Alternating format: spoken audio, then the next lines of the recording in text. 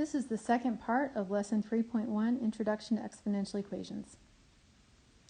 Okay, the next one, it says in sporting tournaments, teams are eliminated after they lose. So first of all, what does the word eliminated mean? Do you think that that means it goes up or it goes down? So obviously it means that if they go down. So if they lose, they're going to go down in numbers as far as how many teams. There are 128 teams in the tournament. So when it starts, that's how many teams there are. So that's telling me my initial value is 128. It decreases by half with each round. So the first time, after the first game, I'm going to only have 64 teams left. And so that's a decay factor. Now remember, you know that the decay factor has to be less than 1, but bigger than 0. So what word there indicates what it should be? So the word half tells us that my decay factor is going to be 1/2. So I'm losing half and I'm keeping half. How many teams are there after X rounds? So my equation that I'm going to write is going to be y equals 128 times 1/2 to the x power. If you don't put to the x power, it's not an equation. And then what you're going to do is you're going to figure out how many teams are left after each round. So after 0 rounds, that means that nothing's happened yet, so we have 128 teams. After 1 round, you're losing half, so 64. Now you can put this in your calculator, and when you put it in your calculator, you're welcome to do the 0.5 to the x power. But you want to just make sure that you understand how to put all this in your calculator correctly. The numbers in this one are really nice and easy, but it's not always going to be like that. So this is how your table should look. Now to graph it, remember you have to have your x and y axis labeled. If you don't have your x and y axis labeled, that is definitely a problem. The number of rounds, the number of teams left is a description of how that's going to go. And then graphing at 0, we're going to have 128. After 1 round, we're going to be at 64. And obviously with these, you're going to have to estimate a little bit where the points go. That's just going to be something that happens all the time. And so we're going to have to carefully approximate where that is going to be. So, let's see. Oh, I did that wrong.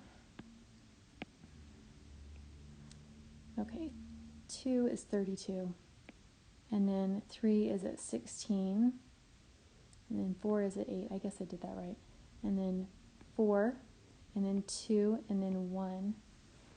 Now, the question is that we have with story problems is, should I connect them? So that question comes along like, is there a number of teams between 64 and 32? Is there round 1.6, round 1.7?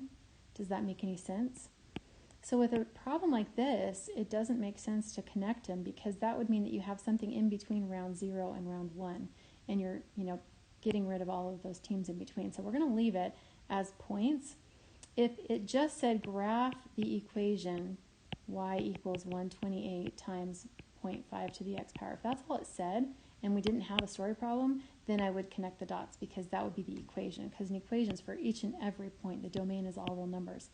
In this problem, the domain is not all real numbers, because you can't have negative amount of teams. You can't have partial amounts of teams. You can't have like 3.7 teams or 3.7 rounds. I mean, you've got to have a whole number of rounds. You can have 1 round, 2 rounds, 3 rounds, 4 rounds, but you can't have 4.1 rounds. So this is an example of a limited domain. We're not going to really worry about that in this problem, but just so you know. Okay, the next question, population of mice quadruples. Okay, stop right there. That's a word. Do you remember at the very beginning on this form, remember how we had these special words right here? If you see one of them, that allows us to shortcut what we're doing. So because it says quadruple, I know that my growth factor, that means b is equal to 4. So in this problem, I know that b is going to equal 4 because it says that it's quadrupling. If a mouse nest starts with 2 mice, so that's A, my initial value, how many mice would there be after X months? So we're going to write an equation. So y equals the initial amount I start with. It's going to quadruple, and it's going to go for X amount of months. So how many mice would there be after 10 months? So that's a question. You're just going to fill it in. So or put it in your calculator. There's a lot of mice there. I also want you to fill in this table and fill in this graph. So pause the video and then come back when you've got that done. Okay, so this is how you should have your table filled in. So notice those numbers right there. You notice how it's getting big really quickly. So it starts out pretty small, but it goes really fast. And then when you put that on your graph, first of all, did you remember to label your x and y axis? Because if you didn't, that's a big problem. You've got to do that. And then we go, and at the very first, it doesn't look like anything. It's just hardly anything. It just flattens out. And then you're going to gradually grow, and then all of a sudden it just takes off. So if I was connecting the dots, which I'm not, because you are not going to count it in partial months, and you're not going to count it as partial mice. So we're going to leave it just as points right there. Okay, and that's how you would graph that. And then, of course, we've got the really large number for after 10 months. So 2 times 4 to the 10th power is 2,097,152 mice. Story, problem, story, answer. So make sure you label your answer. Okay, the last couple questions, we're just going to do some general type questions about exponential. It says a car loses 8% of its value every year. The purchase price, so what I started with, is $25,000, so write an equation. So it says how much is it worth after X years? That means you're not going to tell me an actual number. You're just going to tell me an equation that will be good for any amount of years. So 25,000 is what you start. What are you going to put in there? You're losing value, and you're losing a percent. So it's going to be 1 minus. Now the 1 is if it kept its full value, I would multiply it by 1. That would be 100% is 1. And that means nothing's going to change. It's not going to go up. It's not going to go down. But if I subtract, I am losing 8% to the x power. Now, alternatively, you could also make that, you could simplify and say that's 0.92 to the x power. Both of those would be correct. You can write it like that or like this. Either way, the growth factor is 0.92. All right, how much is the car worth after 3 years? So now we're actually going to figure out, so you're going to put it in your calculator. So 0.92 to the 3rd power, so make sure that you're typing that in correctly.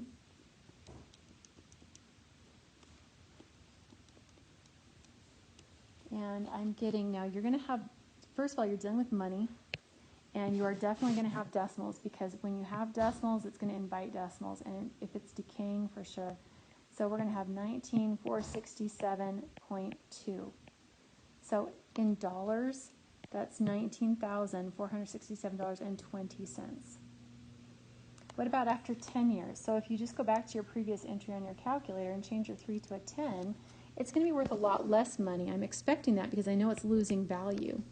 Now, if I put this one down, you've got a lot of decimals here, but remember that we're dealing with money. You can only have 2 decimals, so you have to round it to the nearest penny. We'll be doing a lot of that. We're going to be doing a lot of rounding to the nearest penny or rounding to the nearest dollar. If I was rounding it to the nearest dollar, it would be $10,860 because 71 cents brings that closer to $60. When it says round appropriately, that just means, like, given the situation, would it be better to have 71 cents or would you go up to the next dollar? For the price of a car, I've never seen the price of a car say, and 71 cents, they just round it up to the next dollar. Okay, and then the last question, if you have 1,920 bacteria in a petri dish, the population is doubling. So here again, we have one of those words, double, growth factor, B is equal to 2 right there. So I'm going to write B equals 2. I'm starting with this many bacteria, so I know what that is. So when we had slope and y-intercept, if I knew what M was and I knew what B was, I could write my equation. Same thing here. I know what A is, I know what B is. So how many bacteria did you start with 6 hours ago? So first of all, let's get the equation for in general. So it's doubling to the x power. So now this is at time 0, so time equals 0 hours, so before it ever started, or before this started counting. But I want to know, what was it 6 hours in the past? So what would I do? I want you to think about that for a minute and come up with something. Do you think it's going to be more than 1,920 or less than 1,920? Which way do you think that's going to go? And how would you go about doing that? So the clue is 6 hours ago. So if you think about a timeline, time 0, that's where we are. So if we go an hour from now, 2 hours from now, 3 hours from now, what would 6 hours ago look like? Okay, so hopefully you're thinking that this is going to look like to the negative 6th power. So if you put that in your calculator, 1920 times 2 to the negative 6, that's actually going to make us have a smaller number, because if you think about it, if it's doubling, it had to start out with a smaller number. So at time equals negative 6, you're going to have 30 bacteria. So that means it started with 30, and it doubled, and it doubled, and it doubled, and so on. And then by the time we got to the 6th place, we'll have the 1920 there. So this is it, an hour before, 2 hours before, 3 hours before, 4 hours before, 5 hours before, 6 hours before.